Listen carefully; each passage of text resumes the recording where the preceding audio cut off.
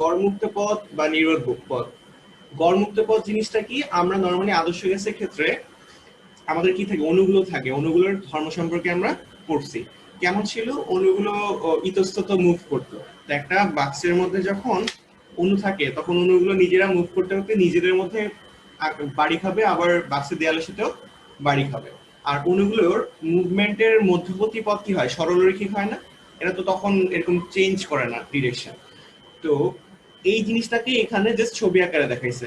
এই আমরা যে পিডিএফটা দেখাচ্ছি, তো মনে করো এ পয়েন্ট একটা অণু আছে, সেই দিকে মুভ করতেছে, করতে করতে মনে করো এখানে আরেকটা অণু আছে, তার সাথে বাড়ি খাচ্ছে, বাড়ি খেয়ে সে আবার ডিরেকশন চেঞ্জ করতেছে। এখন প্রত্যেকটা সময় পর পর সে ধাক্কা খাওয়ার আগ পর্যন্ত ডিরেকশন চেঞ্জ করে না, যখন একটা করে ধাক্কা খায় তখন সে ডিরেকশন চেঞ্জ করে। তো অণুটা এভাবে করে মুভ করতেছে। প্রত্যেকটা ধাক্কা খাওয়ার মাঝে যে ডিস্টেন্স, সেটা হোক অণুগুলোর পরস্পরের মধ্যে ধাক্কা, হতে পারে অণুগুলোর দেয়ালের সাথে ধাক্কা। তো দুইটা ধাক্কার মধ্যে ডিস্টেন্সে কি হয়, এটা একটা নাম আছে, এই ডিস্টেন্সের নাম হচ্ছে মুক্ত পথ। তার মানে S1 একটা মুক্ত পথ, S2 একটা মুক্ত পথ, S3 একটা মুক্ত পথ, S4 S5 এগুলো সবগুলো হচ্ছে একটা মুক্ত পথ। আচ্ছা, কিন্তু মুক্ত পথগুলোর ডিস্টেন্স তুমি দেখো যে প্রত্যেকটা ডিস্টেন্স কিন্তু সেম না, কারণ একটা দুইটা অণুর মধ্যে সংঘর্ষ তাড়াতাড়ি হইতে পারে, দেরিতে হইতে পারে। তাড়াতাড়ি হলে আমার ডিস্টেন্স কম পাবো, দেরিতে হলে বেশি পাবো। আচ্ছা, তো এই ক্ষেত্রে আমি কি করব, এখন গড় নিব, প্রত্যেকটা জাস্ট মুক্তপথগুলোর ডিসটেন্স আমি যোগ করব এবং তার টোটাল মুক্তপথের সংখ্যা দিয়ে যদি আমি ভাগ করি, তখন আমি কি পাবো, অণুগুলোর গড় মুক্তপথের ডিসটেন্সটা পাবো না? তো এই জিনিসটাকেই বলা হচ্ছে গড় মুক্তপথ। তা আমরা যেটা করি যে টোটাল ধাক্কা সংখ্যা কয়টা, 1 2 3 4 5 6 সেটা গুনি এবং এই সময় সে কতটুকু ডিসটেন্স পার করতেছে সেটা নেই। তো টোটাল ডিসটেন্সটা যদি পার করে l এবং টোটাল ধাক্কা খায় এর মাঝে n টা, তখন আমি গড় মুক্তপথ পাই হচ্ছে l/n, যেটা হচ্ছে ল্যামডা দিয়ে প্রকাশ করে, গড় মুক্তপথকে ল্যামডা দিয়ে প্রকাশ করে। আচ্ছা, এখন এটা আমি পাইলাম যে ডিসটেন্স আর তোমার হচ্ছে টোটাল ধাক্কা সংখ্যা যদি আমি জানি, সেই ক্ষেত্রে আমি বের করতে পারি। এখন অন্য কোনো ওয়েতে বের করার কোনো উপায় আছে কিনা সেই সম্পর্কে কয়েকজন কতগুলো সূত্র দিয়েছে, কয়েকটা বিজ্ঞানী, একজন হচ্ছে ক্লসিয়াস, আরেকজন হচ্ছে ম্যাক্সওয়েল, আর আরেকজন হচ্ছে বোল্টজম্যান। তিনজন বিজ্ঞানী এই গড় মুক্তপথ বের করার আমাদেরকে রাশিমালা দিচ্ছে। আচ্ছা, এখন ফার্স্টে আমরা পড়বো হচ্ছে ক্লসিয়াস পদ্ধতি, কিভাবে ক্লসিয়াস গড় মুক্তপথ মেজার করছে। এখানে দেখো তিনটা অণু দেখাচ্ছে, এ বি এবং সি। আচ্ছা, এ বি এবং সি অণুতে ধরে নিয়ে একটা পাত্রের মধ্যে n সংখ্যক অণু, মানে অনেক অণু আছে, অনেকগুলো অণু আছে, ক্যাপিটাল n সংখ্যক অণু আছে, আর একক আয়তনে অণু আছে স্মল n সংখ্যক। অণুগুলোর ব্যাস কত বলছি, রো, এটা হচ্ছে সিগমা। অণুগুলোর ব্যাস বলতে সিগমা, তার মানে এই এ অণুটার ব্যাস হচ্ছে সিগমা, সি অণুর ব্যাসও সিগমা, বি অণুর ব্যাসও সিগমা। তার মানে পুরো পাত্রে যতগুলো গ্যাস আছে, যে গ্যাসটা আছে তার যতগুলো অণু আছে, প্রত্যেকটা অণুর ব্যাস হচ্ছে সিগমা। আচ্ছা, গড় মুক্তপথ নির্ণয় করতেছে। আচ্ছা, এখন দেখো গড় মুক্তপথ নির্ণয় করতে ছিল আমি এল দ্রুত দ্বিগুণ করার সময়। আচ্ছা, মনে করি এই সি অণুটার গতিপথ আমি কনসিডার করি। এই সি অণুটা মনে করো এই ডিসটেন্সে মুভ করবে, এই বরাবর মুভ করবে। এই বরাবর মুভ করার সময় সে কতগুলো ধাক্কা খেতে পারে সেটা আমি কনসিডার করতেছি। চিন্তা করো সি এর ব্যাস যদি সিগমা হয়, এখন আমি সিগমা সমান ডিসটেন্স নিলাম, সি এর কেন্দ্র থেকে সিগমা সমান ডিসটেন্স নিলে কি পাবো, এ এর কেন্দ্র পাবো না? আমি খাতায় দেখাবো, খাতায় দেখাবো,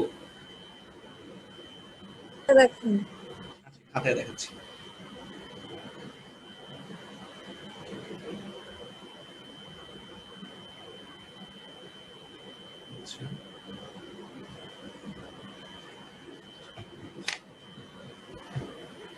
আবার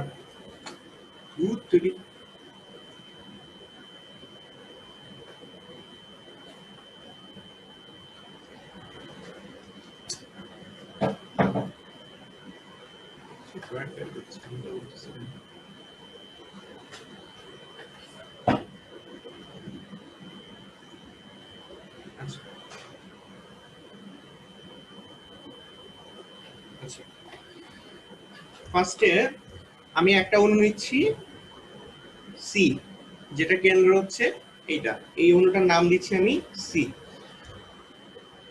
তো সি তোমার ব্যাসার্ধের ভ্যালু কত, আমি দিলাম নাম সিগমা, এটার ব্যাসার্ধ সিগমা, ব্যাসার্ধ না ব্যাস হচ্ছে সিগমা। তার মানে ব্যাসার্ধ কতটুকু হবে? এইটুকু হবে ব্যাসার্ধ, সেটা হবে সিগমা বাই 2। এখানে আমি একটা কেন্দ্র পাবো না আরেকটা অণুর, যদি আমি পাশাপাশি দুইটা অণু নিই। একইভাবে এইদিকে যদি আমি সিগমা বাই 2 ডিস্টেন্সের ব্যাসার্ধ নিয়ে আরেকটা অণু আঁকি, তাহলে কেন্দ্র ডিসটেন্স কত হবে? এতটুকু হবে সিগমা বাই 2, এতটুকু হবে সিগমা বাই 2, টোটাল ডিসটেন্সটা হবে শুধুমাত্র সিগমা। এটুকু কি বোঝা গেল? ভাইয়া আবার আর একটু বড় করে রেখেছি। এই হচ্ছে একটা অণু। আজকে এরকম গুলো তো ক্লাসে নিতে পারবো না, এইভাবে চলবে। ব্রাইট কেন বারবার ফেল করতেছে।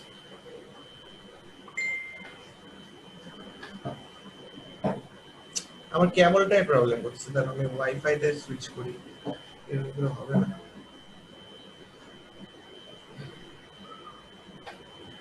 ওয়াইফাই তে সুইচ করলে প্রবলেম হবে।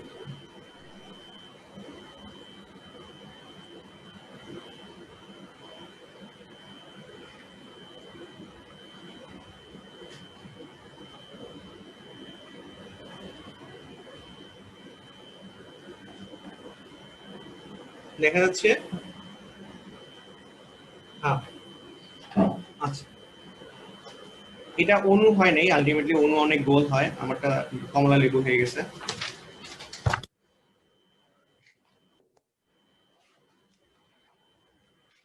তাহলে এই হচ্ছে আমার একটা অণু, যেটা কেন্দ্র হচ্ছে এইটা।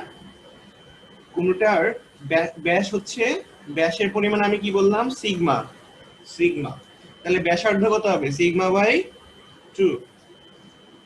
আমি যদি এই অণুটার এই পজিশন থেকে সিগমা বাই 2 ডিসটেন্স উপরে উঠি, তারপর এখানে একটা পয়েন্ট কেন্দ্র নেই আরেকটা অণু, তার মানে অণুটা কিরকম হবে? এরকম জাস্ট লাগানো থাকবে না, এবং এই ব্যাসার্ধটার ভ্যালু হবে তখন সিগমা বাই 2। বুঝা যায় এটুকু? জি ভাইয়া। আচ্ছা, তাহলে এইটুকু ব্যাসার্ধ হচ্ছে সিগমা বাই 2, এতটুকু ব্যাসার্ধ হচ্ছে সিগমা বাই 2, তাহলে এই কেন্দ্রটা থেকে এই কেন্দ্রটার ডিসটেন্স কত? সিগমা। বুঝা যায়? জি ভাইয়া। একইভাবে এদিকে আরেকটা অণু নিচ্ছি আমি, যেটা হচ্ছে সিগমা বাই 2 ডিসটেন্স, তাহলে কেন্দ্র কেন্দ্রের মধ্যে ডিসটেন্স হচ্ছে সিগমা বাই 2। তো আমি দুইটা অণুর মধ্যে ডিসটেন্স বলতে ওই দুইটা অণুর কেন্দ্রের মধ্যবর্তী ডিসটেন্স চিন্তা করতেছি। আচ্ছা,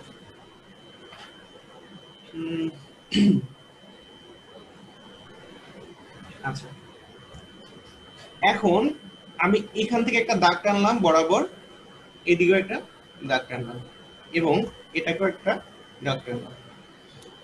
তিনটার কেন্দ্র থেকে আমি সোজা দাগ টেনে নিলাম। এইবার এই পয়েন্টটাকে কেন্দ্র ধরে এটুকু কত হবে? সিগমা হবে না? কারণ এই যে আমি এখানে ডিসটেন্স পাইছি দুইটা অন্য কেন্দ্রের মধ্যে সিগমা, তাই এতটুকু ডিসটেন্স হবে সিগমা। এতটুকু ধরে আমি যদি একটা বৃত্ত আঁকি, তাহলে বৃত্তটার ব্যাসার্ধ হবে কত? ভাই ভাই ওই যে মাহিমা বেবি বের হয়ে গেছে বলে ওকে একটু কষ্ট করে অ্যাড করেন আবার। বৃত্তটার ব্যাসার্ধ হবে সিগমা। বুঝা যায় এটুকু? জি ভাইয়া। আচ্ছা, সিগমা যদি হয়, এখন এতটুকু ডিসটেন্স আমি নাম দিলাম কত? এল। তার মানে এটাকে একটা সিলিন্ডার চিন্তা করতে পারো না?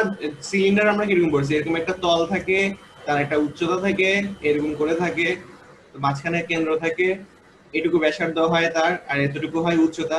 তখন সিলিন্ডারের আয়তন ভি সমান আমরা পড়ছি কি, উচ্চতা এইচ, সিলিন্ডার আয়তনের সূত্র কি ছিল? পাই আর স্কয়ার এল। পাই আর স্কয়ার এল, তার মানে এটা কেন্দ্র যদি ব্যাসার্ধ যদি আর হয়, নিচে যে বৃত্তটা আছে, তাহলে তার আয়তন হবে পাই আর স্কয়ার এইচ, উচ্চতা ইনটু পাই আর স্কয়ার, নিচের ব্যাসার্ধ স্কয়ার ইনটু পাই। আচ্ছা, তার মানে এইটার ক্ষেত্রফল ইনটু উচ্চতা করলে আমি সিলিন্ডারের আয়তন পাই। এই ক্ষেত্রে কি হবে? এটা যদি আমি একটা এরকম বৃত্তাকার অংশ এভাবে উল্টা চিন্তা করি, এটুকু আমার ডিসটেন্স এল, যেটা হচ্ছে এইচ কে রিপ্রেজেন্ট করে, আর এটার ব্যাসার্ধ কত? পাই, সিগমা। সিগমা, তার মানে এটাকে যদি 3D তে গোল্লা চিন্তা করে একটা বক্সের মতো, তার মানে এইটুকু অংশের মধ্যে আয়তন কত হবে? পাই সিগমা স্কয়ার এল। বুঝা যায়? মানে আর এর পরিবর্তে সিগমা। জি ভাইয়া বুঝছি। জিনিসটা খুব ভালো ড্র করতে পারিনি এখানে। মনে করো ছবিটা চিন্তা করো, এটা একটা সিলিন্ডারের মতো চিন্তা করছে, এই পার্টটা পুরোটা সিলিন্ডার। কারণ আমি দেখতেছি খাতাটা হচ্ছে আমার 2D, বাট জিনিসটা কি 3D। 3D লাইক এই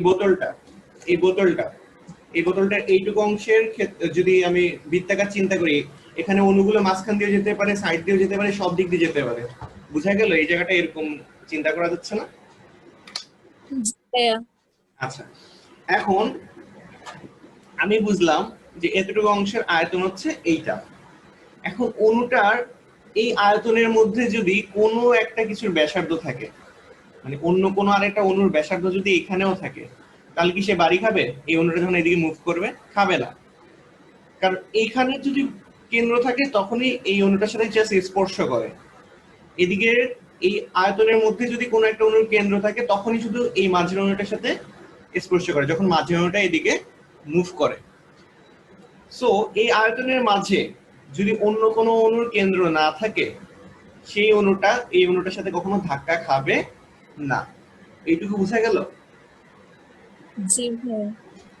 না বুঝলে বইলো যে ভাই আমি কথাটা বুঝতেছি না, কি বলতেছি। ভাইয়া মানে এখানে আপনি বলতেছেন ধাক্কা তখনই খাবে যখন ভিতরে ওই অন্য অণুটার আরেকটা কেন্দ্র থাকবে।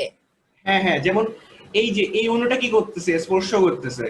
এই অণুটা কি করতেছে? স্পর্শ করতেছে, মানে ম্যাক্সিমাম অণুর কেন্দ্র এতটুকু ডিস্টেন্সে থাকতে পারবে। এই অণুর কেন্দ্র থেকে এই অণুর কেন্দ্র এতটুকু ডিস্টেন্সে থাকে, স্পর্শ করে। এর থেকে যদি একটু দূরে আমি কেন্দ্রটা রাখি, তাহলে কি আর স্পর্শ করবে? না। করবে না। না ভাইয়া। একইভাবে ওটা 3D তে, এটা আমি 2D তে চিন্তা করতেছি। 3D তে চিন্তা করলে বোতলের মতো হবে না? বোতলের পুরো ব্যাসার্ধ ব্যাপী যদি অণুর কেন্দ্র না থাকে, তাহলে কিন্তু কোনো দিক থেকে স্পর্শ করবে না। অণুটা এদিক থেকে স্পর্শ করতে পারবে। এই যে এখন আমি তোমাকে হাত দিয়ে দেখাইতে পারতেছি না, এটা মানে কেমনে দেখাইতাম? এই যে দেখো, এই বরাবর একটা অণু মুভ করতেছে। এখন কেন্দ্র যদি এখানে থাকে অথবা এখানে থাকে অথবা এখানে থাকে, যদি এই বাক্সটার ভেতরে না থাকে, তাহলে কি আর মাঝখান দিয়ে মুভ করা অণুটাকে কেউ স্পর্শ করতে পারবে? পারবে না। না না। এইটুকু হোপসে বুঝাইতে পারছি। এটাই হচ্ছে ডিসঅ্যাডভান্টেজ আর কি, কষ্ট হয় বেশি অনলাইনে দেখার। আমি এটা হাত দিয়ে তোমাকে দেখালে তুমি বুঝতে পারতা যখন আমি তোমার সামনে থাকতাম। যাই হোক, হোপসে বুঝতে পারছো, নাহলে আবার কোশ্চেন জি। করো। তো এই না ভাইয়া আয়তনের বুঝছি। এই আয়তনের মধ্যে যদি অন্য কোনো অণুর কেন্দ্র না থাকে, তার মানে ওই অণুটা এই অণুটাকে টাচ করবে না, তার মানে এই অণুটা ওই অণুর সাথে ধাক্কাও খাবে না। মানে ধাক্কা খাওয়ার শর্ত হচ্ছে এখানে যতগুলো অণুর কেন্দ্র থাকবে ততগুলো অণুর সাথে তো সে ধাক্কা খাবে। তো ধাক্কার সংখ্যা হবে number of atoms centre in this volume. এটা হচ্ছে ধাক্কা খাওয়ার সংখ্যা। আচ্ছা, আর অণুটা মুভ করতেছে কোত্থেকে? এখান থেকে অণুটা মুভ করে এখানে আসবে, তার মানে সে কতটুকু ডিসটেন্স মুভ করলো? এল এল। ডিসটেন্স মুভ করলো। আচ্ছা, তাহলে অতিক্রান্ত দূরত্ব এল, আর ধাক্কা খাওয়ার সংখ্যা হবে কি? পাই আর স্কয়ার। পাই স্কয়ার এল। আচ্ছা, এখানে আরো কিছু ইনফরমেশন আছে। মনে করি ওই যে আমার যে বাক্সটা আছে, এই বাক্সটার একক আয়তনে অনুসংখ্যা হচ্ছে n, এটাও ধরে নিছি। ধরি ধরি বাক্সের একক আয়তনে অনুসংখ্যা n, তার মানে টোটাল অনুসংখ্যা যদি ক্যাপিটাল n হয় বাক্সে, একক আয়তনে অনুসংখ্যা n হবে ক্যাপিটাল N বাই v, একক আয়তনের অনুসংখ্যা। বোঝা গেল? জি ভাইয়া। আচ্ছা, তাহলে একক আয়তনে যদি n সংখ্যক অণু থাকে, এই pi pi rho square pi sigma square L আয়তনে কত সংখ্যক অণু থাকবে? Pi sigma square L into n সংখ্যক অণু থাকবে না এই আয়তনের মধ্যে? জি ভাইয়া। আচ্ছা, তার মানে এটা হচ্ছে অণুর সংখ্যা। আর আমি বলছিলাম যে অণুর সংখ্যাটাই হবে, এই আয়তনের অণুর সংখ্যাই হবে ধাক্কার সংখ্যা। আচ্ছা, এখন আমরা গড় মুক্ত বলতে সংজ্ঞা ল্যামডা দিয়ে পড়ছি হচ্ছে ল্যামডা সমান সমান অতিক্রান্ত দূরত্ব এল, আমার এই যে এল ডিসটেন্স অতিক্রম করবে, আর বাই অনুসংখ্যা হবে, সরি ধাক্কার সংখ্যা হবে অনুসংখ্যা একক আয়তনের অনুসংখ্যা কিন্তু আয়তন, যেটা আমি এই ধাক্কার সংখ্যা বের করলাম সেটা এখানে বসাই দিচ্ছি। আচ্ছা, তো এখানে এল আর এই এলটা কাটাকাটি যাচ্ছে, তো আমার দিন শেষে ল্যামডা এর সমীকরণ আছে 1 by n pi sigma square. এতটুকু কি বোঝা যায়? জি ভাইয়া। আচ্ছা, এইটাই হচ্ছে ক্লসিয়াস এর ল। মুক্ত পথের সমীকরণ বের করার একটা সূত্র, যেখানে শুধু আমাকে জানতে হয় অণুর, যেই গ্যাস নিয়ে কাজ করব তার অণুর ব্যাস, সেই অণুটার ব্যাস জানতে হয়, আর জানতে হয় ওই গ্যাসের মধ্যে একক আয়তনে কি পরিমাণে অণু আছে, আর কিছুই জানতে হয় না। এই দুইটা ইনফরমেশন জানলে আমি গড় মুক্ত পথ বের করতে পারি কোনো একটা গ্যাসের মাঝে। আচ্ছা ভাই এটা একক কি মিটার কিউব না? মিটার গড় মুক্ত পথ, হ্যাঁ অবশ্যই মিটার হবে, শুধুমাত্র মিটার হবে, এটা মুক্ত পথ হলে মিটারই হবে। আচ্ছা হ্যাঁ, নাম থেকে তো অনেক সুন্দর। মিটার পার জিংলাও থাকে এই টাইপের কিছু হবে। আচ্ছা এটা আমাকে কে বলছে বলো? ক্লসিয়াস বলছে, ক্লসিয়াস। এখন এখানে একটা বিষয় ছিল, ক্লসিয়াস যখন এই জিনিসটা চিন্তা করছে, এখানে একটা কথা বলছে যে শুধুমাত্র এই অণুগুলাই মুভ করবে, এই অণুটাই মুভ করবে, বাকি অণুগুলো স্থির থাকবে, তখনই এরকম ঘটনা ঘটবে। এখন কারণ কি, যখন স্থির থাকবে তখন শুধু এর মধ্যে থাকা অণুগুলোর কেন্দ্রের সাথে সে ধাক্কা খাবে, বাকিগুলোর সাথে সে ধাক্কা খাবে না। যদি এটা মুভ করতো তখন কি অবস্থা হইতো, বা অন্যান্য সব অণু, বাস্তবে কি হয়, সব অণু মুভ করতে থাকে না ইতস্তত, তো মুভ করতে থাকলে কি হতো, যে যে অণুগুলো একসময় এটার মধ্যে, এই জায়গাটার মধ্যে ছিল না, তারাও মুভ করতে হতে এই জায়গাটার মধ্যে ঢুকে যেত। তখন কিন্তু এই সূত্রটা, এই ক্লসিয়াস যে সূত্রটা দিছে সেই সূত্রটা খাটবে না, কারণ ক্লসিয়াস বলছে যে শুধুমাত্র একটা অণুই মুভ করে, বাকি অণুগুলো মুভ করে না, যখন আমি এই সিচুয়েশনটা কনসিডার করব।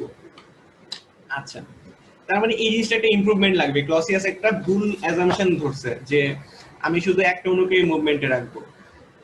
তো এই জিনিসটাকে ইমপ্রুভ করছে কে? এই জিনিসটাকে ইমপ্রুভ করছে হচ্ছে বোল্টজম্যান।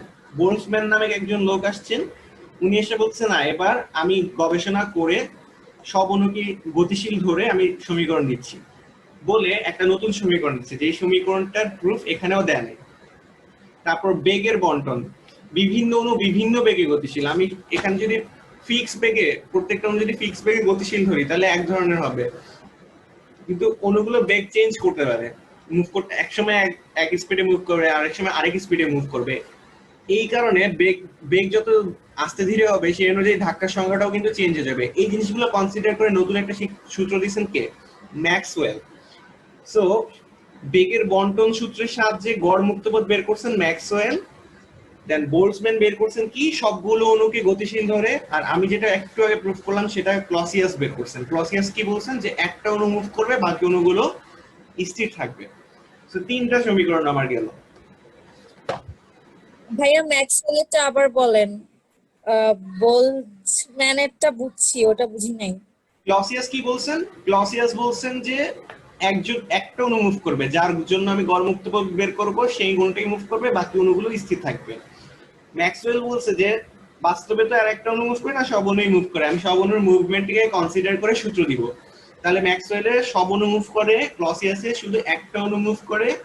আর তোমার যেটা হচ্ছে, সরি, বোল্টজম্যানের সব অণু মুভ করে, আর ক্লসিয়াসে হচ্ছে একটা অণু মুভ করে। আর ম্যাক্সওয়েল বলছে যে সব অণু তো মুভ করবে ফাইন, বাট সব অণুর মুভমেন্ট স্পিড তো অলওয়েজ ফিক্স থাকবে না, এরা বিভিন্ন সময় বিভিন্ন বেগে মুভ করবে। সো সেই অনুযায়ী ওই আয়তনের মধ্যে অণু আসার পরিমাণও তো কম বেশি হবে, তাই না?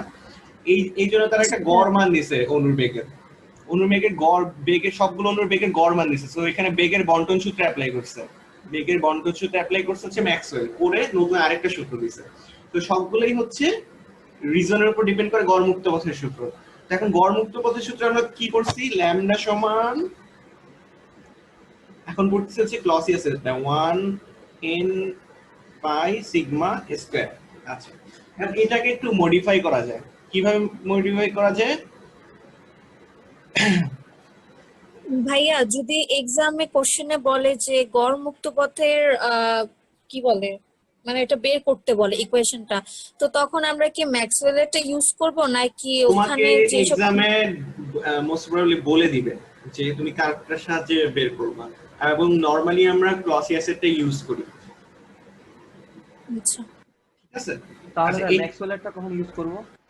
ম্যাক্সওয়েলেরটা যদি বলে দেয় সেক্ষেত্রে ম্যাক্সওয়েলেরটা ইউজ করবো। আমি এখন লিখি না, আমি তোমাকে দেখাই দিচ্ছি এখানে। তো আচ্ছা আগে একটু ক্লসিয়াসের সমীকরণটা একটু চেঞ্জ করতে হবে। ক্লসিয়াস তো এই সমীকরণটা দিচ্ছে, যেখানে হচ্ছে অণুর ব্যাস আর একক আয়তনে অণুর সংখ্যা, একক আয়তনে অণুর সংখ্যা জানলে আমি গড় মুক্ত পথ বের করতে পারি।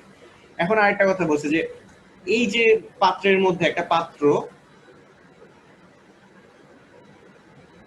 এই পাত্রের মধ্যেই তো অণুগুলো আছে, এই পাত্রের মধ্যে মনে করো অণু, একক আয়তনে অণু আছে এনটা, প্রত্যেকটা অণুর ভর আমি ধরতে পারি কি এম।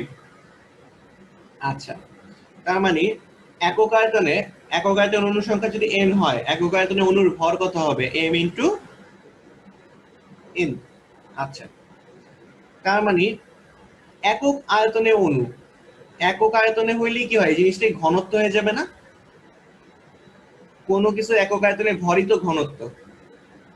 তার মানে একক আয়তনে অণু, তাহলে নাম্বার অফ অণু N, M by into N by V, এই টাইপের একটা সমীকরণ আসতেছে। এন এর বদলে আমি এটা লিখতে পারি না, এটা হচ্ছে টোটাল অণু সংখ্যা বাই আয়তন, আর এম বাই ভি সমান কি, ঘনত্ব। এটা চিন্তা করা যায়। সো আমি জাস্ট ভরটা নিয়ে আসলে ঘনত্ব পেয়ে যাই। সো ল্যামডা সমান সমান 1 by n pi sigma square. এখন n এর সাথে আমি একটা m গুণ করতেছি, m টাই হচ্ছে আমার কি, ঘনত্ব।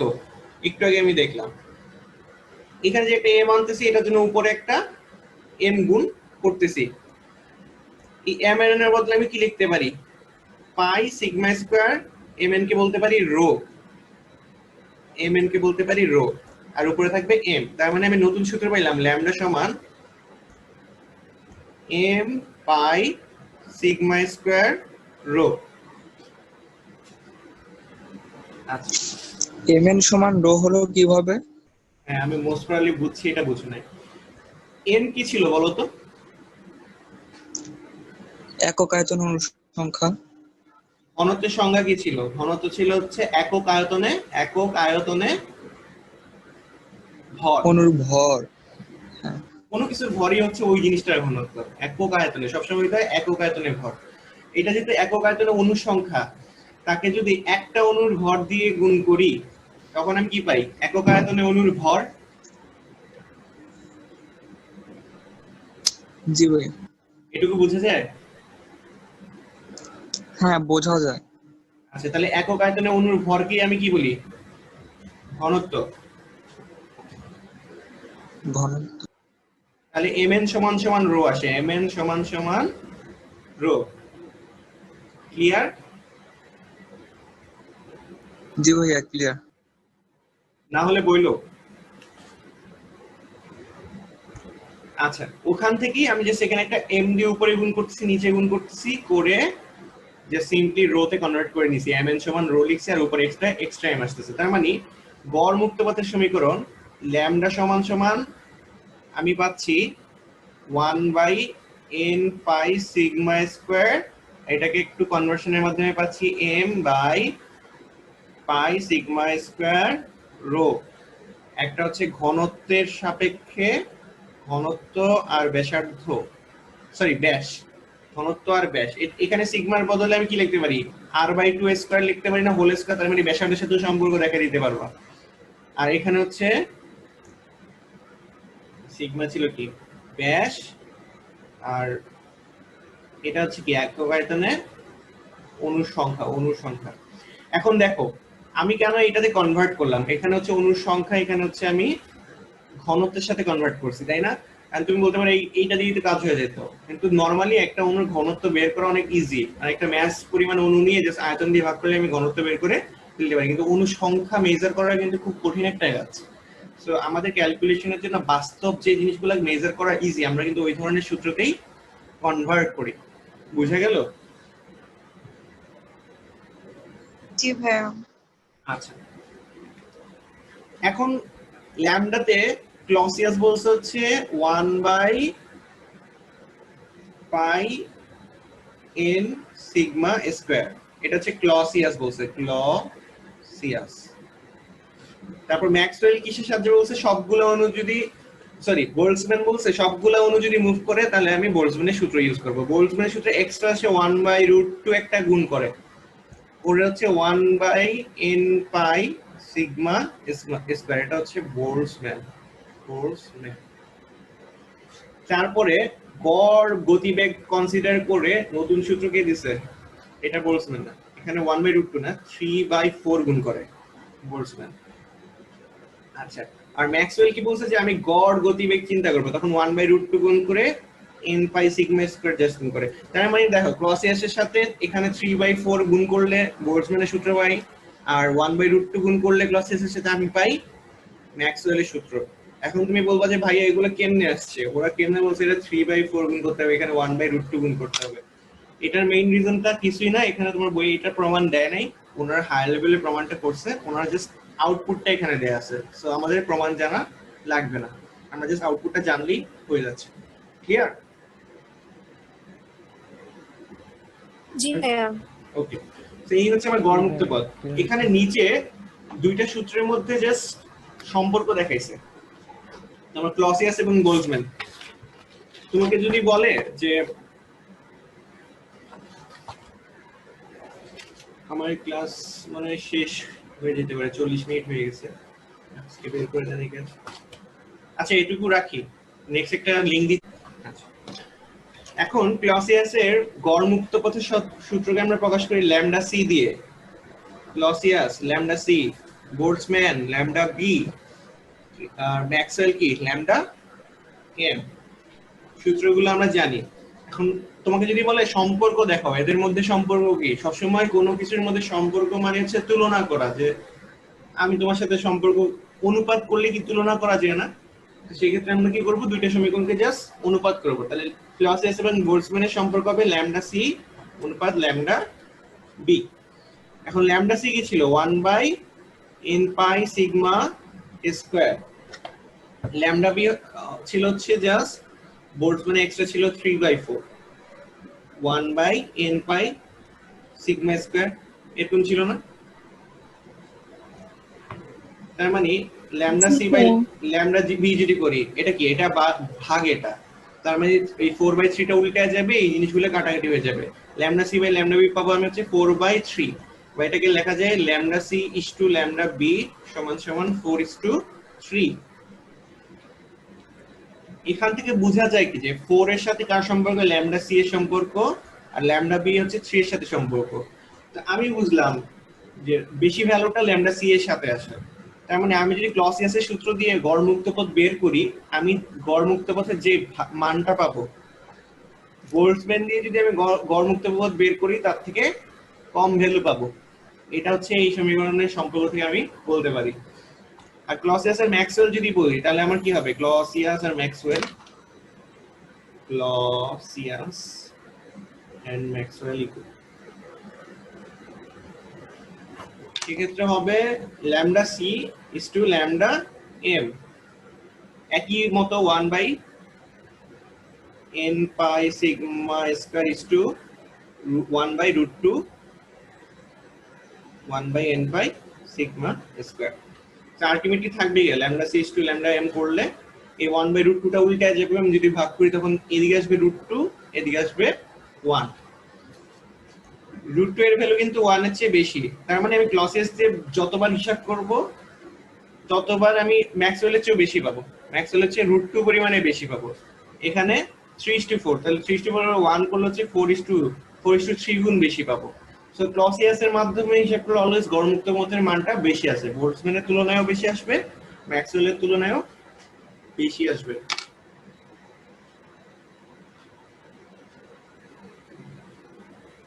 আচ্ছা, এতটুকু বোঝা গেছে আপু? জি ভাইয়া। এখন একটা টপিকে আসবে স্বাধীনতার মাত্রা। স্বাধীনতার মাত্রা খুবই বাজে একটা টপিক, স্বাধীনতার মাত্রা। এটা বই থেকে পড়লে তোমাদের বোঝার চান্স খুবই কম, কারণ বইয়ে ভালো করে লেখা নেই। যেমন বিশেষ করে তপন স্যারের বইতে ভালো করে লিখেই নাই, তারপরে ইসাক স্যারের বই কিছুটা লিখছে, ইসাক স্যারের বইয়ে তাও মানে মনোপুত না। আগে আমরা চিন্তা করি স্বাধীনতার মাত্রা ব্যাপারটা কি। ম্যাথমেটিক্সে চলক পড়ছি না, চলক এক্স ওয়াই জেড,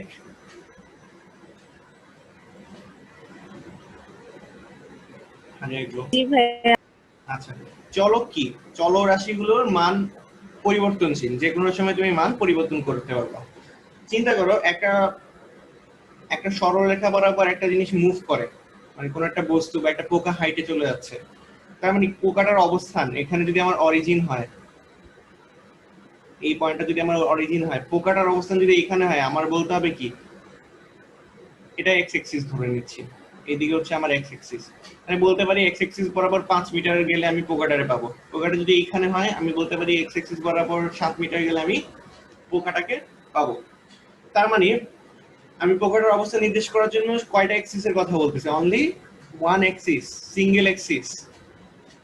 যখন একটা 2 ডাইমেনশনাল খাতা, মনে করো একটা স্পেসের মধ্যে দিয়ে কিছু হেঁটে যাচ্ছে, তখন এই পজিশনটা নির্দেশ করার জন্য কয়টা এক্সিস লাগে? আমার দুইটা এক্সিসের ভ্যালু জানা লাগে না?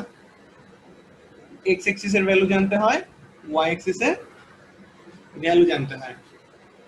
তখন আমি বলতে পারি যে এইটুকু সমান হচ্ছে √(x² + y² এই বরাবর হেঁটে যাও, এইটুকু ডিসটেন্স তুমি এখানে যাবা। বা বলতে পারি এক্স এক্সিস বরাবর এতটুকু যাবেন, ওয়াই এক্সিস বরাবর এতটুকু যাবেন। তার মানে আপনি এখানে পোকাটাকে পাবেন বা কিছু একটাকে পাবেন। এখন জিনিসটা যদি 3 ডাইমেনশনাল হয়, মানে এরকম আমাদের এই যে আশপাশে যা ঘটতেছে সেটাই তো 3 ডাইমেনশন, তাই না? আমরা তো 3 ডাইমেনশনাল একটা ওয়ার্ল্ডে বাস করি। মনে করি হাওয়ার মধ্যে একটা পোকা উঠতেছে, সেই ক্ষেত্রে কি অবস্থা হবে? সেই ক্ষেত্রে ভাইয়া এটা সমস্যা হচ্ছে কোনো? শুধু এটা মানে বললাম যে 3 ডাইমেনশন আপনি বলতেছেন, এটা বুঝলাম না। আমরা 3 ডাইমেনশনে কেমনে বাস করি? আমরা কিভাবে 3D বাস তে? করি? আমাদের দুনিয়াতে যা কিছু আছে সবই তো 3 ডাইমেনশনাল, কোনো কিছু 2 ডাইমেনশনাল? ডাইমেনশন জিনিসটা তো বুঝছো? সব অ্যাঙ্গেল থেকে সবকিছু দেখতে পারি না। হ্যাঁ, তার উপর ডিপেন্ড করে আমরা মাঝে মাঝে বলি 2 ডাইমেনশনাল, কখনো কখনো বলি 3 ডাইমেনশনাল। এখানে একটা চ্যাট আসছে। আচ্ছা, ভাইয়া গোলাপ টিচার, সেটাই তো বললাম, তাই তো আমি বুঝলাম না যে আমরা কিভাবে শুনো শুনো শুনো শুনো ডাইমেনশন। শুনো এটা আমাদের কনসিডারেশনের উপর ডিপেন্ড করে যে আমি একটা জিনিসকে ব্যাখ্যা করার সময়, মনে করো একটা সারফেসের উপর দিয়ে হাঁটতেছে, আমি সারফেসকে কি বলি? 2 ডাইমেনশনাল, কারণ সারফেসের উপর কোনো একটা পয়েন্টকে নির্দেশ করতে হলে আমার দুইটা অ্যাক্সিস লাগে, তাই বলি 2 ডাইমেনশনাল। একটা রেখা, একটা দড়ির উপর দিয়ে কিছু হাঁটতেছে, তো দড়ির সাপেক্ষে জিনিসটা কি 1 ডাইমেনশনাল? দড়ির থেকে কতটুকু দূরত্বে, যে আমি এখানে একটা জিনিস দেখালাম, এটা যদি একটা দড়ি হয়, দড়ির উপর যদি কিছু হাঁটে, আমি যদি এখান থেকে জাস্ট দড়ির একটা প্রান্তে বসে বসে চিন্তা করি যে বস্তুটা কতটুকু ডিস্টেন্সে আছে, তখন আমি তাকে বলবো কি শুধুমাত্র সামনে এতটুকু যান, বা দড়ি যদি এদিকে থাকে তখন বলবো পিছনে এতটুকু যান। পুরোটাই একটা অ্যাক্সিসের উপর কাজ করতেছে না? জি ভাইয়া। সো পার্সপেক্টিভের উপর ডিপেন্ড করে, পার্সপেক্টিভ। এখন দড়ির ক্ষেত্রে কি হয়, সূক্ষ্ম একটা যদি সুই সুতা নাও, সুতার ক্ষেত্রে এটার কোনো ব্যাসার্ধ না বললেই চলে, শুধুমাত্র ডিস্টেন্সের তুলনায় বা দৈর্ঘ্যের তুলনায় তোমার ব্যাসার্ধ খুবই ছোট না? সো আমরা ওটাকে কনসিডারেশনে আনি না। তার মানে কি এটার ব্যাসার্ধ নাই? অবশ্যই আছে, একটা দড়ির অবশ্যই ব্যাসার্ধ থাকে, নাহলে তো এটা মোটা হইতো না, এটা মনে করো একদম শীটের মতো হয়ে যেত, তাই না? জি ভাই, আচ্ছা বুঝছি এখন। সো ওই জিনিসটা কিন্তু আমি ব্যাসার্ধ কল্পনা করলে ওই সিলিন্ডারের মতো একটা সুতাকে চিন্তা করতে পারি, তার মানে তখন সেটা 3 ডাইমেনশনাল হয়ে যাবে। প্রত্যেকটা 3 ডাইমেনশনাল বস্তুরই আয়তন থাকে। 2 ডাইমেনশনাল বস্তুর ক্ষেত্রে কি থাকে? শুধু ক্ষেত্রফল থাকে ম্যাক্সিমাম। আর 1 ডাইমেনশনাল শুধু দৈর্ঘ্য থাকে, প্রস্থ, এই দৈর্ঘ্য প্রস্থ এগুলো থাকে, তাই না? সো জি ভাইয়া। পৃথিবীতে এমন কোনো কিছু বস্তু আছে যার কোনো আয়তন নাই? আয়তন ছাড়া কিছু হয়? আয়তন ক্রিয়েট এখন বুঝছি। আয়তন ক্রিয়েট করতে হইলেই তো তোমার 3টা ডাইমেনশন লাগবে। কিন্তু আমরা যখন কনসিডারেশন নেই বা কোনো কিছুকে একটা রিপ্রেজেন্ট করতে যাই, তখন হয়তো আমরা বোঝার সাপেক্ষে বা বোঝার জন্য, যেমন মুভমেন্ট, একটা সারফেসে মুভমেন্টকে বোঝার জন্য আমি 2 ডাইমেনশন দিয়ে কাজ করতে পারি। তার মানে কি সারফেসটা 3 ডাইমেনশন? একটা টেবিল কি 3 ডাইমেনশন? অবশ্যই না, সরি 2 ডাইমেনশন তো না, অবশ্যই সেটা 3 ডাইমেনশন। সো অবশ্যই থ্রি বুঝাইতে পারছি। ডাইমেনশন। সো প্রত্যেকটা জি জিনিসে ভাইয়া। Ultimately 3 dimension. আমরা এই যে আমাদের যে চারপাশ, আমি হাত নাড়তেছি, এটাকে যদি আমি ঘরের কোণার সাপেক্ষে চিন্তা করি, ঘরের প্রত্যেকটা কোণ, 4টা কোণা থাকতেছে না, একটা কোণার সাপেক্ষে চিন্তা করলে এরকম, এটা হচ্ছে কোণা ঘরের, এখানে হাওয়ার মধ্যে সব ঘুরে বেড়াচ্ছে, এবার বোঝা যাচ্ছে? জি ভাইয়া। এখানে একটা মাছি ঘুরতেছে, তাহলে মাছির পজিশনে আমি কেমনে যাব? এক্স এক্সিস বরাবর এতটুকু যাও, ওয়াই এক্সিস বরাবর এতটুকু উঠো, জেড এক্সিস বরাবর এতটুকু আসে, তখন আমি মাছিটাকে পাবো না? যদি এখানে মাছি উড়ে, জি ভাইয়া। আমি খুব মিস করতেছি যদি সামনে থেকে দেখাইতে পারতাম, 3টা কলম দিয়ে খুব ইজিলি দেখানো যায়, লাইক দিস। আমার একটা কলম লাগবে। আচ্ছা, ভাইয়া এটা তো যে ঘরের দেয়ালের উপরে তো দেখা যায় যে দেখতে পাচ্ছো? 3টা কোণ। এই একটা জি ভাইয়া এক্সেস, এই একটা তো বুঝছি। এখানে একটা যদি হ্যাঁ পরে দেয়ালের সামনে কি সব বলেছে, সো বোঝা গেল যে 2 ডাইমেনশন 3 ডাইমেনশন কখন লাগে। এখন স্বাধীনতার মাত্রা হচ্ছে আমরা কি নিয়ে কাজ করতেছি, আমরা এই চ্যাপ্টারে পড়তেছি গ্যাস নিয়ে, গ্যাসের অণু, অণুর মুভমেন্ট, অণুর অবস্থান এগুলোকে নির্দেশ করতেছি। এখন কোন একটা গ্যাসের অণু কি অবস্থায় আছে এটা বোঝানোর জন্য আমার কয়টা ডাইমেনশন লাগবে বলো? 3টা। 3টা। দ্যাটস ওয়াই একটা অণুর অবস্থান নির্দেশ করতে আমার 3টা ডাইমেনশন লাগে, তখন আমরা বলি তার স্বাধীনতার মাত্রা হচ্ছে 3। কোন একটা গ্যাসের অণুকে রিপ্রেজেন্ট করতে যতগুলো ডাইমেনশন লাগে, তার বা অণুর মুভমেন্টকে নির্দেশ করতে যতগুলো ডাইমেনশন লাগে, সেটাই হচ্ছে তার স্বাধীনতার মাত্রা। বুঝা গেল? জি ভাইয়া। ওকে, এটা হচ্ছে একেবারে খুবই সংক্ষেপে কোন রকম বুঝাইছি। This is not exact definition. এটাকে মানে ভাইয়া বলছে মানে এটাই রাইট, নো, এভাবে নিও না। আমি জাস্ট তোমাকে বোঝানোর সাপেক্ষে মাত্র ইনিশিয়েশন দিলাম, কারণ টপিকটা একটু টাফ। তার মানে আমার অবস্থান নির্দেশকারী মাত্রাটাই হচ্ছে স্থানাঙ্কের নাম্বার অফ স্থানাঙ্ক হচ্ছে স্বাধীনতার মাত্রা। এখন আমি চিন্তা করি গ্যাস বিভিন্ন টাইপের হয়, হইতে পারে এক পারমাণবিক অথবা দ্বিপারমাণবিক অথবা 3 পারমাণবিক। আরেকটা জিনিস বুঝাই, এটা হচ্ছে অবস্থান নির্দেশ দিয়ে কয়টা ডাইমেনশন লাগতেছে তার উপর ডিপেন্ড করে আমি স্বাধীনতার মাত্রা সংজ্ঞায়ন করলাম। আবার স্বাধীনতার মাত্রার আরেকটা সংজ্ঞা আছে। আরেকটা সংজ্ঞা কি? গ্যাসের অণুগুলো কত ধরনের মুভমেন্ট করতে পারে, কত টাইপের মুভমেন্ট করতে পারে তার উপর ডিপেন্ড করে স্বাধীনতার মাত্রা নির্দেশ করা হয়। এখন বলাই ভাই এটা কেমন টাইপের কথা, আমি একটা এক্সাম্পলে আসি। একটা এক পারমাণবিক গ্যাসের অণুতে পরমাণুর সংখ্যা কয়টা থাকবে? একটা। দ্বিপারমাণবিক গ্যাসের অণুতে পরমাণুর সংখ্যা কয়টা? 2টা। ত্রিপারমাণবিক গ্যাস পরমাণুর সংখ্যা 3টা অণুতে। একটা এক পারমাণবিক গ্যাসের উদাহরণ বলতে পারবো আমাকে কেউ? হিলিয়াম, নিয়ন, আর্গন এগুলো কি? এক পারমাণবিক নাকি? না জানি না। এগুলো কি এক পারমাণবিক? দ্বিপারমাণবিক তো আমরা জানি, অক্সিজেনের একটা অণুতে পরমাণু 2টা। নাইট্রোজেনে কিন্তু 3টা। নাইট্রোজেনে 3টা ভাই। পানিতে কত? ভাই সালফার SO2 বা সালফার আছে, সালফারে 4টা, নরমাল 4টা থাকে মোস্ট প্রবাবলি। তো যাই হোক, বিভিন্ন গ্যাসে কিন্তু এরকম আর্গন বা হিলিয়াম, নিয়ন এগুলো হচ্ছে এক পারমাণবিক গ্যাস, এগুলো হচ্ছে নিষ্ক্রিয় গ্যাস, এগুলো তো কারোর সাথে কানেক্টেড থাকে না as far as I can remember। এগুলো কিন্তু এক পারমাণবিক গ্যাস। সো এরকম বিভিন্ন গ্যাস বিভিন্ন পরমাণুর সংখ্যা নিয়ে একটা অণু গঠন করে, তাই না? এখন মুভমেন্ট কিভাবে চিন্তা করব, যে গ্যাসের অণু 3 ধরনের মুভমেন্ট নরমালি থাকবে। 3 ধরনের মুভমেন্টের মধ্যে এক নাম্বারটা কি? Transitional movement. এগুলো একটু নেট ঘেটে পড়াশোনা করা। Transitional movement. 2 নাম্বারটা কি? Rotational movement. 3 নাম্বারটা কি? এটা কি? ট্রানজিশনাল, রোটেশন, আর এটা হচ্ছে তোমার কম্পনের নিজে ভুলে গেছি কথা। আচ্ছা এখানে আমি লিখে রাখছি, অসিলেটরি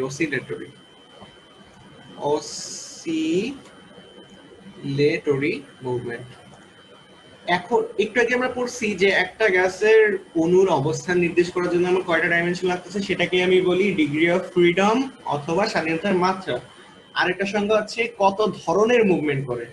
একটা হচ্ছে কতগুলো অ্যাক্সিস লাগে অবস্থান নির্দেশ করতে, কিভাবে থাকছে সেটাকে নির্দেশ করতে। আরেকটা হচ্ছে কত ধরনের মুভমেন্ট। ট্রানজিশনাল মানে হচ্ছে গ্যাসের অণুটা এভাবে মুভ করতে পারে, বা 3 ডাইমেনশনে যদি আমি চিন্তা করি সেক্ষেত্রে কিভাবে মুভ করে, এইভাবে মুভ করতে পারে, এইভাবে মুভ করতে পারে, এইভাবে মুভ করতে পারে। কয়ভাবে মুভ করতে পারে? ট্রানজিশনাল মুভমেন্ট হইতে পারে 3 রকম। এখন রোটেশন, এক পারমাণবিক গ্যাসের ক্ষেত্রে কোনো রোটেশনাল মুভমেন্ট নাই, দ্বিপারমাণবিক গ্যাসের ক্ষেত্রে কোনো অসিলেটরি মুভমেন্ট নেই। তো কথাটা কেমন হইলো? এটা আমরা বুঝলামই না। শুনো ভাইয়া, তোমার যদি এই জিনিসটা কঠিন লাগে আমি বলবো এই জিনিসটা স্কিপ করো, বা আমাকে বলো যে ভাই প্রয়োজন নেই, কারণ এটা আসলে তোমাদের লেভেলে প্রয়োজন নেই, আমি জিনিসটা বোঝানোর জন্য তোমাকে বলতেছি। ভাইয়া 1 নাম্বারটা মনে রাখলে হবে না? যেটা ফার্স্টে বলছি, জি। হ্যাঁ হ্যাঁ হ্যাঁ হ্যাঁ হবে। আমি তোমাকে আলটিমেটলি পরীক্ষায় যা মনে রাখা লাগবে সেটা বুঝে দিব, কারণ আমি কেন তোমাকে এই জিনিসটা বলতেছি জানো, এই জিনিসটা জাস্ট একটা আইডিয়া দিচ্ছি, পরের টপিকটা পড়তে তোমার এই জিনিসটা লাগবে, তাই বলছি। পরের টপিকটা হচ্ছে শক্তি সমবিভাজন নীতি, তখন বুঝবা না আমি কি বলছি, এই কারণে একটু বলে নিচ্ছি। তো এখানে এটা বোঝা গেল, তাহলে এক পারমাণবিক গ্যাসের ক্ষেত্রে শুধুমাত্র এদিকে মুভ করতে পারে, অথবা এদিকে মুভ করতে পারে, অথবা এদিকে মুভ করতে পারে। তো এইদিকেও মুভ করতে পারে, এটা একটাই এক্সিস এর উপর, এখানে একটা এক্সিস এর উপর, এটা একটাই এক্সিস এর উপর। সো টোটাল হচ্ছে 3টা। সো এক পারমাণবিক গ্যাসের ডিগ্রি অফ ফ্রিডম হচ্ছে 3। দ্বিপারমাণবিক গ্যাস যদি কনসিডার করি, মনে করো এইটা, এরকম 2টা পরমাণু আছে, তাদের মধ্যে একটা বন্ধন আছে, তাই না? আচ্ছা, তো এটার ক্ষেত্রে কি হইতে পারে যে এই এই অণুটা ফিক্স আছে, এই অণুটা এদিকে এদিকে মুভ করতে পারে, পারে না? মানে এই যে এই অ্যাক্সিস বরাবর মুভ করতে পারে, অথবা এদিকে এদিকে মুভ করতে পারে, এই অ্যাক্সিস বরাবর মুভ করতে পারে। বাট এটা ফিক্স থাকা অবস্থায় কি সে এদিকে মুভ করতে পারে? পারে না। কেন পারে না? এদিকে মুভ করলে এটা যদি ফিক্স থাকে, এদের মধ্যে এই ডিসটেন্সটা বেড়ে যাবে না? তাদেরকে এই সম্পর্ক অলওয়েজ ফিক্স রাখতে হয়। দিস আর রিলেশনস, এই যে একটা বন্ধন, এগুলো হচ্ছে 2টা অণুর মধ্যে রিলেশন।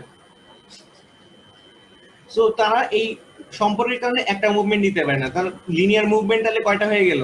3টার জায়গায় আগে ছিল কয়টা? 3টা এক পারমাণবিকের ক্ষেত্রে। এখন দ্বিপারমাণবিকের ক্ষেত্রে এটার জন্য 2টা হয়ে গেল। এক্সট্রা থাকে কি? অসিলেটরি মুভমেন্ট থাকবে। অসিলেটরি মানে কি? কম্পন হবে, কম্পন, এরকম করে কাঁপবে। আর এটা থাকবে রোটেশনাল, রোটেট করবে। গ্যাসগুলো তো ঘুরতে থাকে, তাই না? অণুগুলো ঘুরতে থাকে।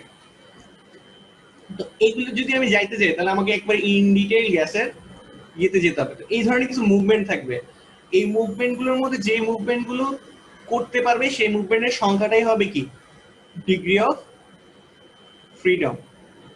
আমি আর এখন ডিটেইলে বুঝাবো না, আমি জাস্ট তোমাকে বললাম যে এই জিনিসগুলোর সাথে রিলেটেড, তোমার জাস্ট মাথায় আইডিয়া থাকলেই হবে, তোমার কিন্তু এইটুকু জানা লাগবে না। জানা লাগবে কি, কিভাবে করে ডিগ্রি অফ ফ্রিডম বের করতে হয়। ডিগ্রি অফ ফ্রিডম বের করতে হয়, এখন দেখো কোন একটা বস্তুর মুভমেন্টের সংখ্যাই হচ্ছে কি? Degree of freedom. আর একটা বস্তু যখন মুভ করে তখন তার কি হবে? গতিশক্তি ক্রিয়েট হবে না? তার মানে এই এক্সিসে যদি মুভ করে তাহলে হাফ এম ভি স্কয়ার, এই এক্সিস এর বেগ যদি ভি এক্স হয় তাহলে ভি এক্স স্কয়ার। এই এক্সিসে যদি কিছুটা মুভ করে তার মানে half M V Z square, মনে করো এই এক্সিসে তো মুভ করবে না, তার মানে এইভাবে করে প্রতি এক্সিসের জন্য এবং এবং রোটেশনাল মুভমেন্টের জন্য এক ধরনের শক্তি থাকবে, এক ধরনের গতিশক্তি হবে। অসিলেটরি মুভমেন্টের জন্য এক ধরনের গতিশক্তি হবে। এরকম লিনিয়ার মুভমেন্টের জন্য, লিনিয়ার মানে হচ্ছে রৈখিক, রৈখিক মুভমেন্টের জন্য আরেক ধরনের গতিশক্তি হবে। তো প্রত্যেকটাতে কি এক এক ধরনের গতিশক্তি থাকবে না তার? এবং এই সবগুলো শক্তি মিলেই তার টোটাল গতিশক্তি হবে, টোটাল গতিশক্তি। আমার কথা কি বোঝা যায়?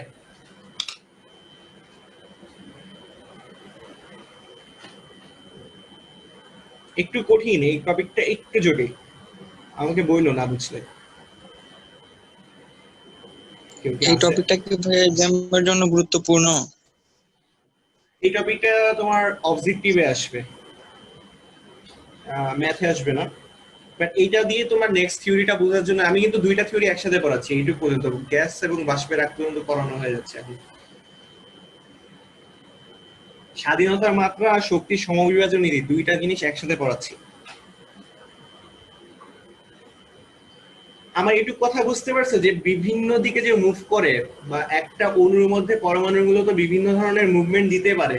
এখন এক এক সময় এক রকম মুভমেন্ট দেয়, সে হয়তো বা এক্স এক্সিস কখনো ওয়াই এক্সিস বরাবর যাবে, বা একসাথেও হইতে পারে যে আমি মাঝামাঝি বরাবর যাচ্ছি, কোন এক দিয়ে মুভ করতেছি, সাথে রোটেটও করতেছি, মানে ঘুরতে ঘুরতে সামনে গেছে। এটা ফুটবলে যখন কিক মারো, ফুটবলটা কি হয়?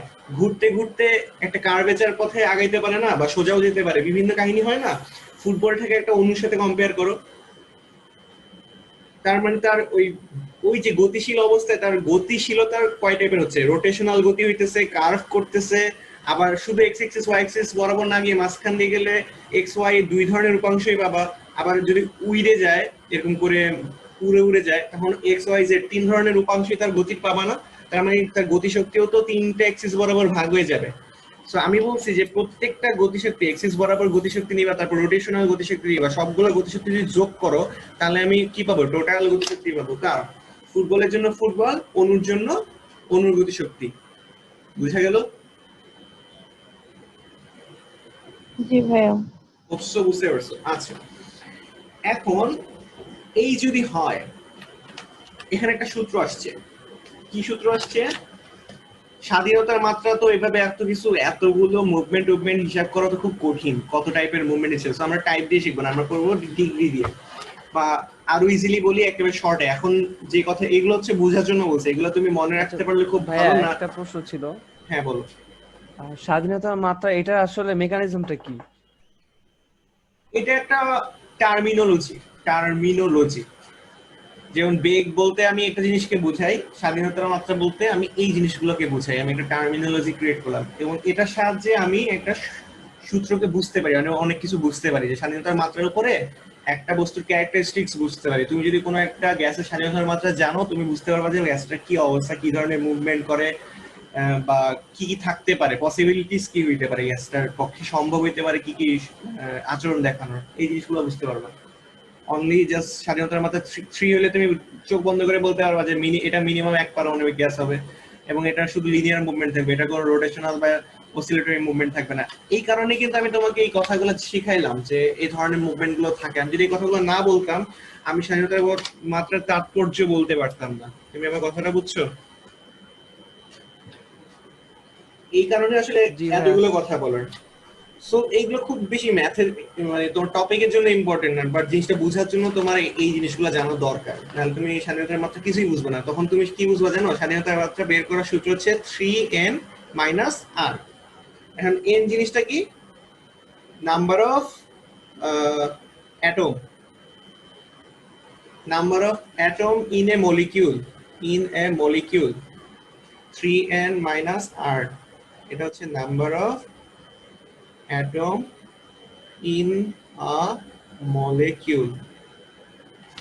আচ্ছা, আর হচ্ছে রেস্ট্রিকশন। এখন বলবা যে ভাই এগুলো কি বলতেছেন, মাথার উপর দিয়ে যায়? মাথার উপর দিয়ে যাবে না।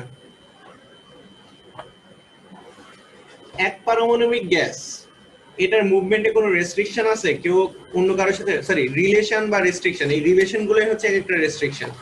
এক পারমাণবিক গ্যাস যেদিকে ইচ্ছে সেদিকে মুভ করতে পারে, কারো সাপেক্ষে তো চিন্তা করতে হয় না। তার মানে এর রেস্ট্রিকশনের ভ্যালু হচ্ছে 0। এখন এক পারমাণবিক গ্যাসে পরমাণুর সংখ্যা কত? 1। তার মানে স্বাধীনতার মাত্রা হবে 3n মাইনাস r, বা সমান সমান 3 ইন্টু 1 মাইনাস 0 সমান সমান 3। বুঝা যায়? যেটা আমি ওই সময় মুভমেন্ট দিয়ে বলছি, নাম্বার টাইপ অফ মুভমেন্ট কত ছিল, এক্স এক্সিস বরাবর, ওয়াই এক্সিস বরাবর, জেড এক্সিস বরাবর, এটা দিয়েও বের করা যায়। এই সূত্র দিয়েও কিন্তু আমার 3 আসতেছে। বুঝাতে পারছি?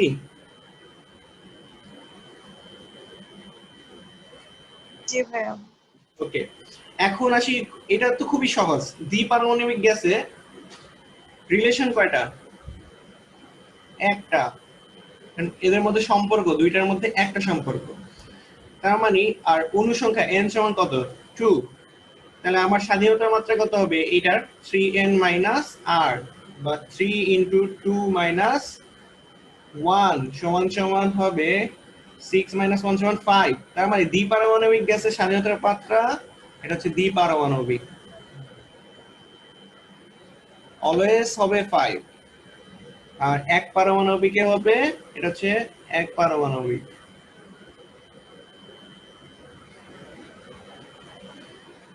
এটা তো অলওয়েজ 3। আচ্ছা, এখন এই 5 এর মধ্যে কিছু রোটেশনাল থাকবে, কিছু অসিলেটরি থাকবে, কিছু কি থাকবে, জাস্ট, আরে আমার বারবার নাম ভুলে যাই, অসিলেটরি, কিছু ট্রান্সলেশনাল থাকবে। যাই হোক, আমরা আমাদের এই জিনিসটা লাগবে, আমাদের ম্যাথে আসবে এই জিনিসটা, বা বিভিন্ন অবজেক্টিভে কিন্তু এটা আসবে। তোমার যদি কোনো কারণে ওইটা বুঝতে বেশি কষ্ট হয়, আমি বলবো যে ঠিক আছে আপাতত স্কিপ করো, পরে কোনো সময় আবার দেখে বোঝার ট্রাই করো। বাট এই জিনিসটা বুঝতে পারলেই হবে আপাতত। এটুকু বোঝা যাচ্ছে কিভাবে বের করতেছি? আচ্ছা, এখন 3 পারমাণবিক গ্যাস, এটুকু পর্যন্তই তোমার লাগবে। 3 পারমাণবিক গ্যাস, এখানে আমার ইয়া থাকবে, পরমাণু থাকবে অণুতে কয়টা? 3টা। হইতে পারে নাইট্রোজেন, হইতে পারে পানি, অথবা কার্বন ডাই অক্সাইড, যে কোনো কিছু। 3 পারমাণবিক গ্যাসের জন্য তোমাকে যদি স্বাধীনতা মাত্রা বের করতে হয়, অবশ্যই তাদের গাঠনিক স্ট্রাকচার তোমাকে জানতে হবে, না হলে কিন্তু তুমি বের করতে পারবা না। তার মানে তোমাকে একটা কেমিস্ট্রির হেল্প লাগবে, কেমিস্ট্রি। উইদাউট কেমিস্ট্রি তুমি এক্স্যাক্টলি বলতে পারবা না। এরকম যেমন দেখো, আমি যদি এই দুইটা কনসিডার করি, পানির ক্ষেত্রে আমার অণুগুলো কেমন ছিল? এইচ দুইটা ছিল এরকম করে, আর ওটা ছিল মনে করো এখানে। তারপরে তার মানে কি এখানে একটা সম্পর্ক আছে, আবার এদের মধ্যে নিজস্ব একটা সম্পর্ক আছে না? এদের একটা নির্দিষ্ট ডিস্টেন্স বজায় রাখে, এদের মধ্যে একটা অ্যাঙ্গেল ছিল, নির্দিষ্ট অ্যাঙ্গেলে নির্দিষ্ট ডিস্টেন্সে পরস্পরের সাথে 3টা সম্পর্ক বজায় রাখতেছে না? তার মানে পানির ক্ষেত্রে আমার সম্পর্ক কয়টা? 3টা। তার মানে রেস্ট্রিকশন কয়টা? 3টা। পানির অণু সংখ্যা কত? 3। n এর ভ্যালু হচ্ছে 3। তার মানে স্বাধীনতার মাত্রা কত? 3n - r, বা 3 ইনটু টোটাল অণু সংখ্যা 3টা পানিতে, রেস্ট্রিকশন হচ্ছে 1 2 3, আসে হচ্ছে 3 3 9 - 3 6।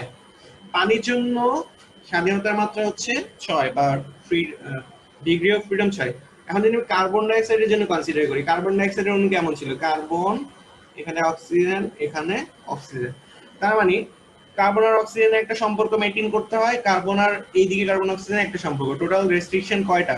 2টা। নাম্বার অফ পরমাণু হচ্ছে 3টা। স্বাধীনতা কত হবে? 3 ইনটু 3 - 2, মানে হচ্ছে 9 - 2 = 7।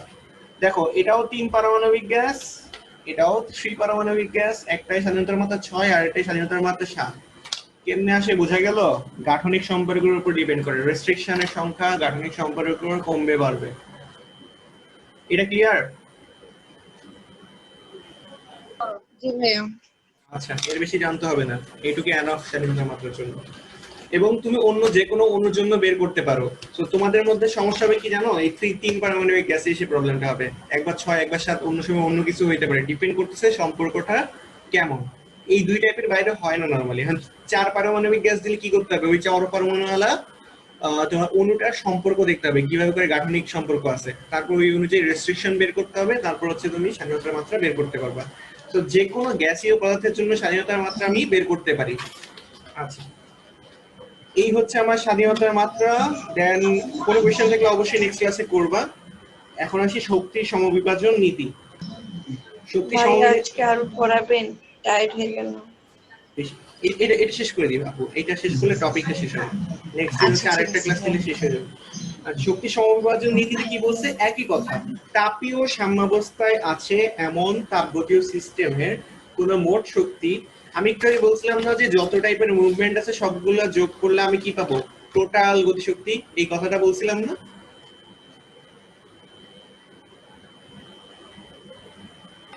রাফাত খুবই দেরিতে আসছে, শোনা যাচ্ছে? কেউ কথা বলে না। জি ভাই, শোনা যাচ্ছে তো। যত টাইপের মুভমেন্ট আছে সবগুলোর যোগ করলে আমি টোটাল গতিশক্তি পাবো। শক্তির সমবিভাজন নীতি। সমবিভাজন মানে কি? সমভাবে বিভাজিত হবে। কাকে বিভাজিত করবো? শক্তিকে বিভাজিত করব। তার মানে এই যে টোটাল যে গতিশক্তিটা, এটা অলওয়েজ সমান হারে বিভাজিত হয়। এখন যদি আমার স্বাধীনতার মাত্রা 1 পারমাণবিক গ্যাসে কত হয়? 3 হয় না? 3। দ্বিপারমাণবিক গ্যাসে পাইছিলাম 5, আর 3 পারমাণবিকে 6 আর 7 দুইটা পাইছি। এই গতিশক্তি টোটালটা যদি হয় ই কে, তাহলে আমার স্বাধীনতার মাত্রা আছে 3টা, মানে 3 ধরনের গতি আছে এটার মধ্যে। এই ই কেটা টোটাল গতিশক্তিটা 3 ভাগে ভাগ হয়ে যাবে। এটাই হচ্ছে সমবিভাজিত হয়। 3 ভাগে ভাগ হয়ে একটা যাবে x, মনে করে এটার ক্ষেত্রে তো x y z অ্যাক্সিস বরাবর কাজ করবে, তাহলে x অ্যাক্সিস বরাবর ই কে 1/3 কাজ করবে, ই কে 1/3 y অ্যাক্সিস বরাবর ই কে 1/3 কাজ করবে, z অ্যাক্সিস বরাবর ই কে 1/3 কাজ করবে। এখন যদি হয় এখন যদি হয় দ্বিপারমাণবিক গ্যাস, তখন কি করবে? 5 হচ্ছে তার স্বাধীনতার মাত্রা। তার মানে লিনিয়ার গতির জন্য 3 ভাগে ভাগ হয়ে যাবে ই কে, রোটেশনাল গতির জন্য একটা ভাগ যাবে, আর তোমার ওই অসিলেটরি গতির জন্য একটা ভাগ যাবে। এভাবে করে তোমার ই কে 5 ভাগে ভাগ হয়ে যাবে। কোথায়? যখন দ্বিপারমাণবিক গ্যাস হবে। বুঝা গেল? এখন জি ভাই। এই প্রত্যেকটা ভাগের মান কত? মান এটা বলছে, এটা হচ্ছে হাফ কেটি। হাফ কেটি, প্রত্যেকটা ভাগের ভ্যালু হাফ কেটি হয়। এখন তুমি আমাকে বলবা যে ভাই এটা কেমনে হইলো। এবার আসতে হবে আগের ক্লাসে, যদি ভালো করে পড়ো এবং সমীকরণগুলো সলভ করে থাকো তাহলে ওইটা এখন হেল্প করবে। আগের ক্লাসে আমরা গড় গতিশক্তির একটা সমীকরণ করছিলাম না, যে ই কে সমান সমান সমান 3/2 কেটি ফর 1 মলিকিউল, মনে পড়ে? আর 1 ভাই মোলের আমি জন্য, এখানে একটা সম্পর্ক করছিলাম যে E = 3/2 nRT = 3/2 kT। হ্যাঁ, তারপর আর 1 মোলের জন্য পড়ছিলাম কি 3/2 আরটি, 3/2 আর হ্যাঁ এন RT মোলের জন্য কি হবে nRT 3/2 সরি এনআরটি। হ্যাঁ nRT। এন মোলের জন্য এনআরটি, এন এর ভ্যালু 1 বসাই দিবা, 1 মোলের জন্য পাবা 3/2 কেটি। আর এই কে মানে কি R by N, A number of Avogadro সংখ্যা, এরকমই ছিল না? জি ভাই। আচ্ছা, তখন আমি একটা একটা অণুর জন্য পাচ্ছিলাম 3/2 কেটি। এখন আমি কিন্তু এই যে স্বাধীনতার মাত্রা জিনিসটা ইউজ করি, এটা কি একটা অণুর জন্য ইউজ করি না? তাহলে আমি ইকে সমান 3/2 কেটি সমীকরণ ইউজ করব। তাহলে আমার টোটাল গতিশক্তি পাই একটা অণুর জন্য 3/2 কেটি। এখন যদি এক পারমাণবিক গ্যাস হয় তাহলে স্বাধীনতার মাত্রা কত হবে? এক পারমাণবিক গ্যাসের একটা অণুর জন্য আমার 3/2 কেটি আছে। আর ওই প্রত্যেকটা স্বাধীনতার মাত্রার জন্য তার তার গতিশক্তি আমি পাবো ইকে সমান সমান পাবো 3/2 কেটি বাই 3, প্রত্যেকটা স্বাধীনতার মাত্রার জন্য ফর 1 মাত্রা। তাহলে ইকে সমান আমি প্রত্যেকটা মাত্রার জন্য পাবো কি হাফ কেটি। বোঝা যায়? জি ভাই। এভাবে করে হাফ কেটি জিনিসটা আনা যায়। এখন যদি তুমি, তার মানে এখান থেকে আমি বুঝলাম প্রতিটা মাত্রায় শক্তি আমার কি হচ্ছে, ভাগ হয়ে যাচ্ছে হাফ কেটি পরিমাণ করে। তার মানে 5 মাত্রা বিশিষ্ট একটা গ্যাসের টোটাল গতিশক্তি অলওয়েজ হবে 5/2 কেটি। জাস্ট এক মাত্রার জন্য এত হইলে 5 মাত্রার জন্য কত। যদি 7 মাত্রা বিশিষ্ট কোনো গ্যাস হয় তার জন্য টোটাল গতিশক্তি হবে 7/2 কেটি। যদি 6 মাত্রা বিশিষ্ট হয় 6/2 কেটি। তার মানে আমি বুঝতেছি প্রত্যেকটা শক্তির ডিভাইডেশনটা অলওয়েজ ফিক্স থাকতেছে, হাফ কেটি করে হচ্ছে। বোঝা গেল? এটাই হচ্ছে শক্তি সমবেদন নীতির বেসিক কথাবার্তা। তো এখানে কিছু প্রুফ দেখাইছে, আমি জানি না প্রুফ দেখার মতো তোমাদের শক্তি আছে কিনা। তো আমরা এখানে কি পাচ্ছি যে হাফ কেটি পরিমাণে প্রতি মাত্রায় আমার প্রতি কণার মোট গতিশক্তি পাই। আচ্ছা,